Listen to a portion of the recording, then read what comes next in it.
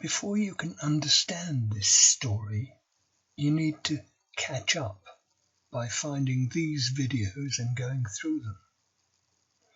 Advanced English, Simon's Mobile Phone, Chapter 1, Jack Barnett 21. This is followed by Advanced English, Simon's Mobile Phone, Chapter 2, Jack Barnett 21. And that is followed by Advanced English, Simon's Mobile Phone, Chapter 3, Jack Barnett 21. However, if you don't feel up to doing this, then just carry on with the latest chapter, a special app, Chapter 4.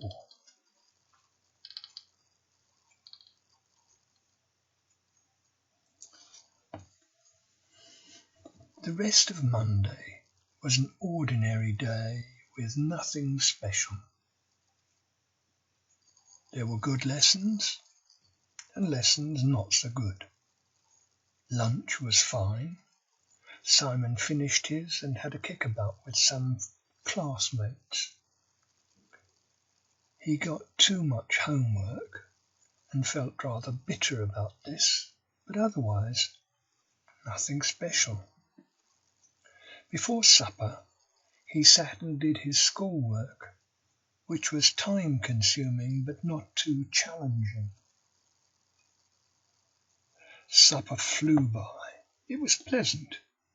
He would have liked chips, but his mother felt that chips too often was not good for him. Why do mums think like this? He said to himself. Chips are delicious, and I could eat them every meal of every day with no ill effects. Well, I could if my mum stopped her love affair with mash or boiled potatoes. Simon had this agreement with his parents. He could, once he had finished his homework and proved that he had done so, watch television or go onto the internet for an hour. Tricky if you needed the computer for homework, but in that case you could still fall back on watching TV. He was putting things to the back of his mind. He wasn't considering Robert. Instead, he sat down with his dad and watched some animal program. It was good. Cameras taking close-up shots of animals. They had gone on safari in Kenya a couple of years ago, and he still remembered seeing a herd of elephants and their driver moving the vehicle up closer to get a better view. It had been exciting. Too exciting when one elephant turned round and walked back towards their vehicle. They had quickly reversed and moved further away. The driver carried a rifle, but he wasn't looking for a confirmation with some... the driver carried a rifle. That's better, that's rifle. The driver carried a rifle, but he wasn't looking for a confrontation with some massive beast, especially not since he had a family on board.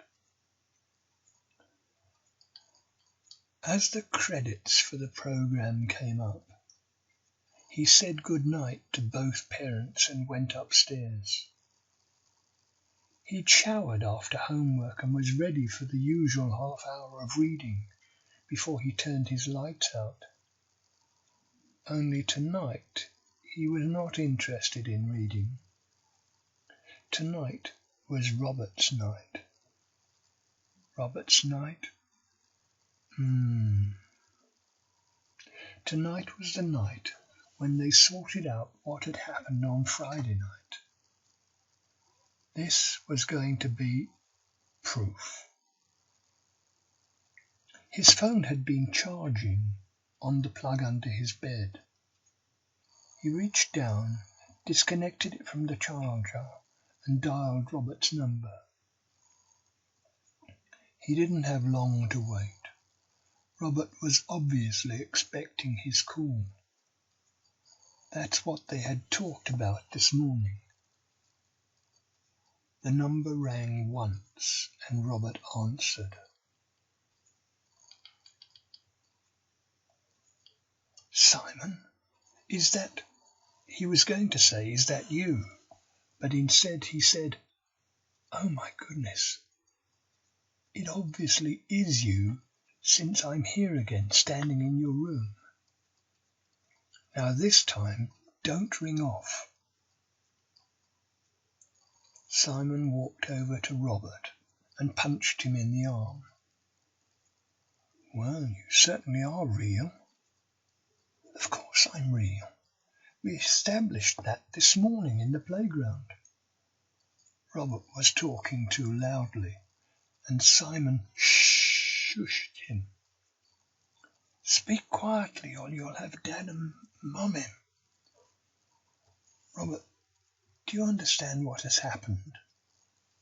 "Simon, do you understand what has happened?" replied Robert. They both looked at each other, and each replied no at the same time. "When I call you on my phone, you pick up the call and at the same time manage to travel to my room." Simon answered as much to himself as to Robert. "Let's try an experiment," said Simon. "I'll stop my call, and I suppose if it works as it did last time, you will disappear back to your own bedroom. When you get there, you call me and let us see what happens." Robert was puzzled by what had happened, but willing to try the experiment. Simon turned off the call to Robert's phone, and sure enough, Robert disappeared.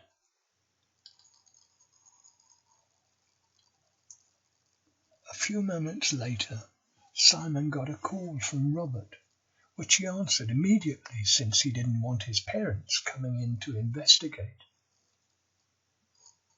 "Hello again," said Simon in the usual phone call-ish way. "Nothing unusual." "Well," said Robert from the telephone, "we have discovered one thing. It's your phone that's making me move. My phone doesn't make you move. We'd better talk some more about this at school tomorrow." Simon could see the sense of this, since he was getting tired.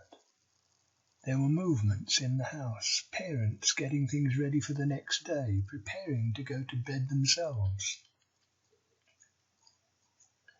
"Yes, Robert, tomorrow, straight off the bus. Let's talk. See ya." And with that, Simon ended the call. But was he ready for bed? He had a cousin living in Singapore. Was this the time to experiment a bit more and call her? He heard his father talking to his mother outside on the landing. He thought, perhaps not.